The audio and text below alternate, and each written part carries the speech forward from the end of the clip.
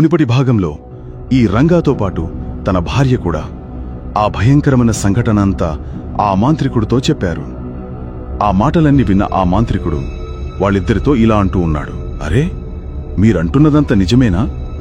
ఏ ఒక్కరికీ కంటపడని ఆ మాయ కుర్చీ మీ ఇద్దరికి మాత్రమే కంటపడుతుంది అంటే ఇందులో ఏదో దాగి ఉంది. దానికి సంబంధించిన ఏదో ఒక జ్ఞాపకం మీతో ముడిపడి ఉండి ఉంటుంది. తెలుసుకోండి. మీ యొక్క గతం గురించి తెలుసుకోవడానికి ప్రయత్నించేయండి. లేదా మీ ముందు వరుస వాళ్ళు ఎవరైనా ఈ విషయం గురించి తెలిసేమో కనుక్కోండి. మీ పూర్వీకుల గురించి తెలిసి అడిగి జాగ్రత్తగా తెలుసుకొని నా దగ్గరికి రండి. ఒక్క విషయం, ఆ కుర్చీ మీకు మాత్రమే కనిపిస్తుంది. కావున ఆ కుర్చీని కనిపించకుండా చేయడం నా వల్ల కాదు. ఒక్క విషయం గుర్తుపెట్టుకోండి, ఆ కుర్చీ మాత్రం మిమ్మల్ని ఏమీ చేయకుండా రక్షించగలే శక్తి నా వద్ద ఉంది. నేను మంత్రించిన ఈ కుంకుమ నీళ్లని మీ ఇంటి చుట్టూ చల్లి ఉంచండి. ఆ రోజు నుంచి మీ యొక్క వాకిటి ముందుకు ఆ కుర్చీ నడవరాదు. ఆ కుర్చీ తన దారిని మార్చుకొని వేరొక దూరంగా వెడుతూ ఉంది. కాని ఆ కుర్చీ మాత్రం మీకు కనిపిస్తుంది. దానివల్ల మీకు ఎటువంటి ప్రాణహాని ఉండదు. వెళ్ళండి. నేను చెప్పిన విధంగా మీ యొక్క పూర్వీకుల గురించి తెలుసుకొని రండి అని ఆ మాంత్రికుడు ఈ ఇద్దరితో చెప్పాడు. ఆ మాటలు విన్న వాళ్ళిద్దరూ చాలా భయపడి, అలాగే ప్రభు, అలాగే, తప్పకుండా మా జీవిత రహస్యాన్ని, మా పూర్వీకుల యొక్క ఘన చరిత్రని తెలుసుకుని ఖచ్చితంగా మీ దగ్గరికి వస్తాం. ఏదో ఒక రహస్యం దాగకుండా ఆ కుర్చీ మాకు మాత్రమే కనిపించకుండా ఉండదు కదా. మీరన్నది నిజమే. అదే, ఇప్పుడే బయలుదేరి వెళ్తాం అని చెప్పి ఆ భార్యాభర్తలిద్దరూ తిరిగి మరలా అడవి మార్గం గుండా బండిపై వస్తూ ఉన్నారు. సరిగ్గా కొద్ది సమయానికి అడవి మార్గంలో వీళ్లకి ఎదురుగా ఆ కుర్చీ ప్రత్యక్షమైంది. ఆ కుర్చీ వీళ్లతో మాట్లాడుతూ ఉంది. మాంత్రికుడితో పెట్టిన సమావేశం పూర్తి అయిందా? ఏం తెలుసుకున్నారు? నన్ను మీ కంటపడకుండా ఉండడానికి తాయిత్తులు తెచ్చుకున్నారా? లేదా మంత్రాన్ని నేర్చుకొని వచ్చారా? మీరు ఎంతమంది మాంత్రికులను ఎలా కలిసినా సరే నేను మాత్రం మీకు కనిపించే తీరుతాను. నాకు కావలసిన చర్యలను నేను మీ ద్వారానే చేయించి నా కోరికను నెరవేర్చుకుంటాను అని చెప్పి ఆ కుర్చీ ఒక్కసారిగా అదృశ్యమైపోయింది. అది అంతా చూస్తూ ఈ భార్యాభర్తలిద్దరూ ఆశ్చర్యపోయారు. అయ్యో బాబోయ్, ఇదేంటండి?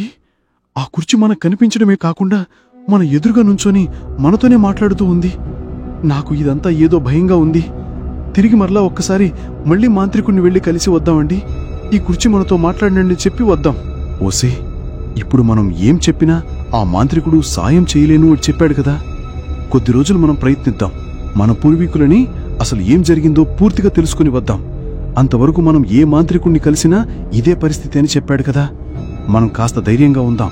మరొక విషయం, ఈ కుర్చీ వల్ల మనకైతే ప్రాణహాని ఎట్టి పరిస్థితుల్లో లేదని ఆ మాంత్రికుడు చెప్పాడు. ఆ మాట మర్చిపోకు.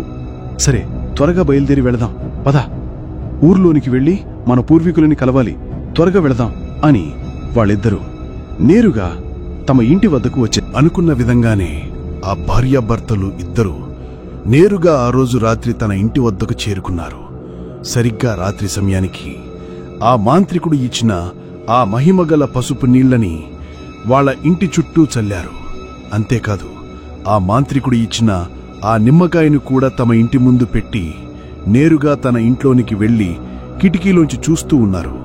సరిగ్గా 1 గంట సమయానికి ఎప్పుడు ఏ విధంగా అయితే శబ్దాలు వస్తాయో ఆ భయంకరమైన శబ్దాలు వినిపిస్తూ ఉన్నాయి.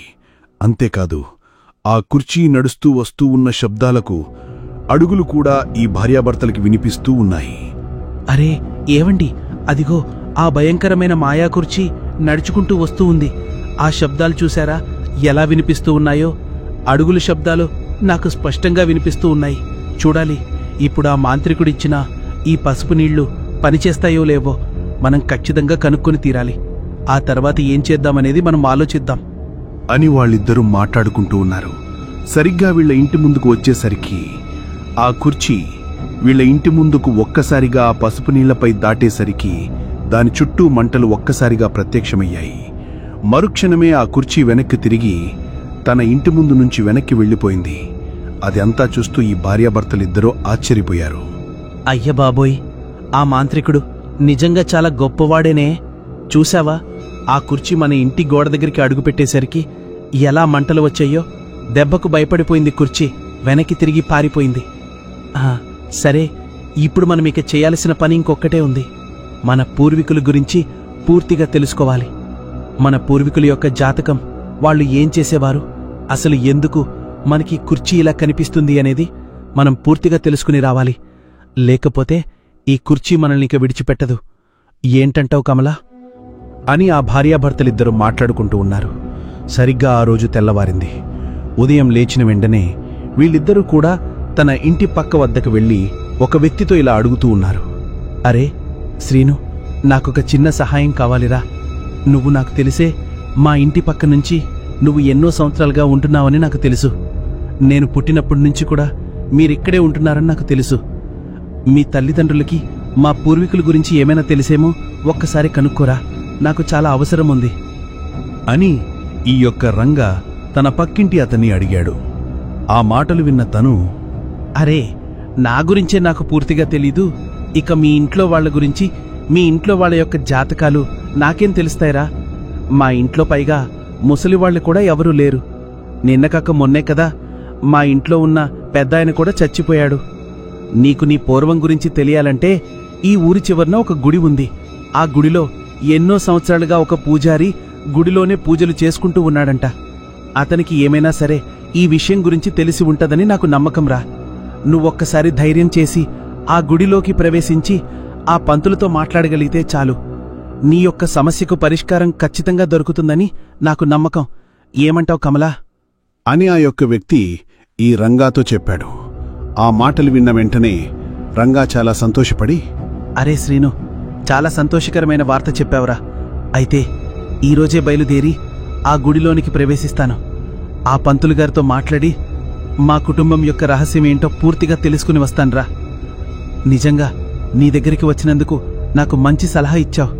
ఇప్పుడే బయలుదేరుతాను అని చెప్పి ఈ రంగా నేరుగా తన ఇంటి వద్దకు వచ్చి జరిగిన విషయమంతా తన భార్యతో చెప్పాడు. ఆ మాటలన్నీ విన్న తన భార్య కూడా చాలా సంతోషించింది. వాళ్ళిద్దరూ అనుకున్న విధంగానే ఆ ఊరి చివరన ఉన్న ఆ భయంకరమైన అడవిలోనికి ప్రవేశించి ఊరి చివరన ఉన్న ఆ దేవాలయం వద్దకి వెళ్లారు. దేవాలయం చాలా శిథిలావస్థలో ఉంది. మీరు చూసిన గబ్బిలాల అరుపులతో పాటు భయంకరమైన పిశాచి పరుపులు కూడా వినిపిస్తూ ఉన్నాయి. అది అంతా చూస్తూ ఈ రంగా, అరే ఇదేంటి, ఇంత పవిత్రమైన దేవాలయం దగ్గర ఇలా భయంకరమైన పిశాచి పరుపుల్లాంటివి వినిపిస్తూ ఉన్నాయి. నాకేదో అనుమానంగా ఉంది. ఇది నిజంగా దేవుడి గుడేనా, లేకపోతే దయ్యాలు కూడా? పైగా చూస్తూ ఉంటే దేవుడి గుడిలాగే ఉంది. దేవుడిపై భారం వేసి మనం గుడిలోనికి వెళదాం. ఎందుకంటే మనకి ఖచ్చితంగా అవసరం. మన పూర్వీకుల యొక్క జాతకం గురించి తెలుసుకోవాలి. లేకపోతే మన బతుకులు తెల్లారిపోతాయే.